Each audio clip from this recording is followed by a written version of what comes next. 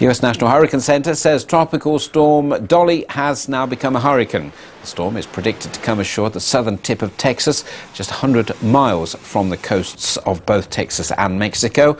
Forecasters say, though, that it is unlikely to affect oil operations in the Gulf. But is that still the case? We can get the very latest news now on Dolly's progress and a look at exactly where the storm is from Rachel at AccuWeather.com. Morning, Rachel.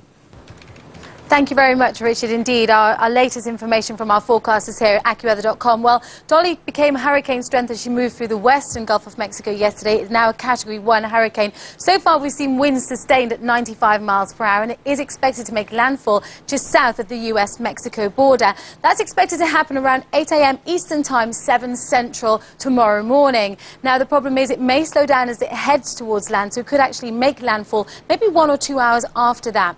The main threat that we see so far is very high winds and some rains. In fact, we could see 5 to 10 inches of rain, some higher amounts locally. Now, there are hurricane warnings from Brownsville to Corpus Christi and from the Mexico border to Rio San Fernando. We could also see some isolated tornadoes in the south region of Texas from this actual event. Luckily, many of the oil rigs are actually north of the area where this will hit.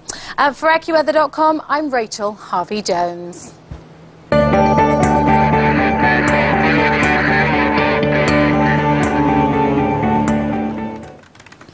Thanks, Rachel. Oil 127.66 a barrel at the moment. That's the latest news, sport and weather. Now for some of the most read stories. Yes, Richard, thanks.